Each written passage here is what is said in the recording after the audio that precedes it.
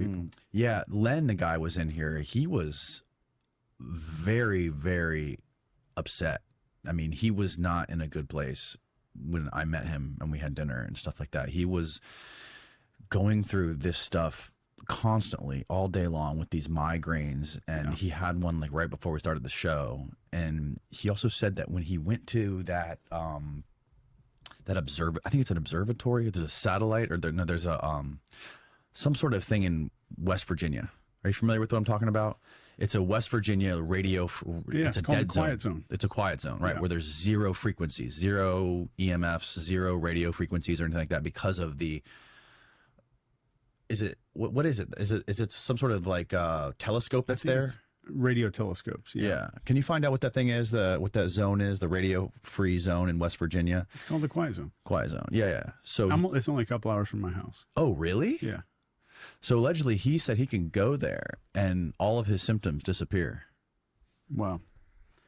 I'd be curious, and Lynn, if you're watching this, I mean no offense at all, but I'd be curious to have somebody who's suffering those attacks.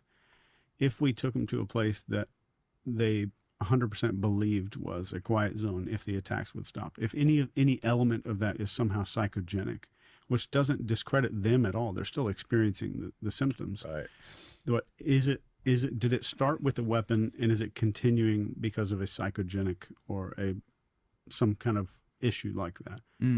But I'd be curious to know. But that's another thing about him too, which I think lends a lot of credibility, is he didn't have some sort of like military background, or like he didn't work on it. He didn't have like an excuse of why he would have been targeted. He's like, I don't know. I'm just a freaking civilian. He was an endocrinologist in the USSR. He came here and all of a sudden started experiencing these symptoms. You know what I mean? Like he wasn't trying to build some sort of credible backstory.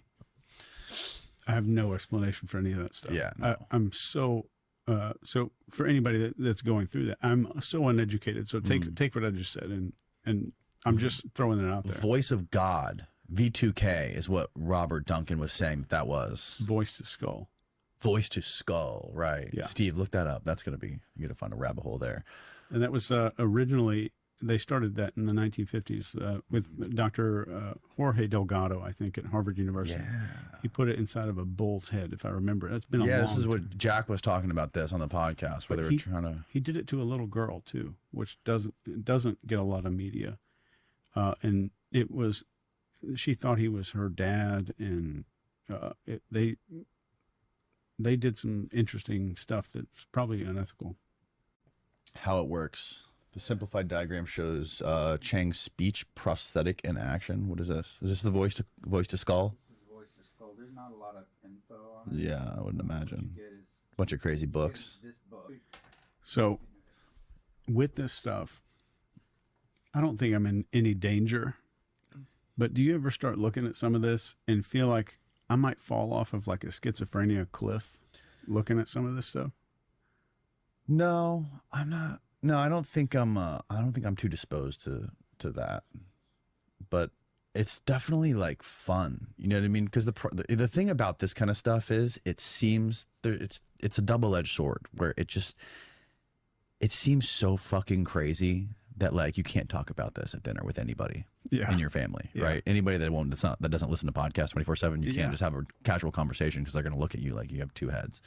But at the same time, like how much of that is real?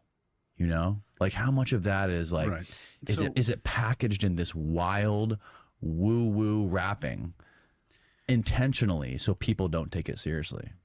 Yeah. So I had a mentor who was an intelligence guy, psychiatrist. But when I was like 20-something years old, he was in his mid-70s. But he one time told me something that scared the hell out of me. And he said this hypothetically to me.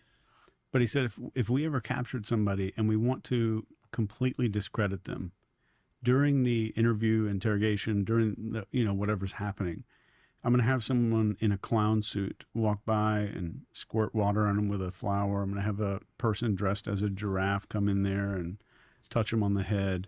I'm going to have the craziest stuff known to man mixing in with this sleep deprivation so that all of his testimony sounds schizophrenic. Right. And that's what I think of when I see some of this stuff, like all of these websites, and I'm like, how much is just added on to make it over dramatized to where it's just too much? All the time. I do too.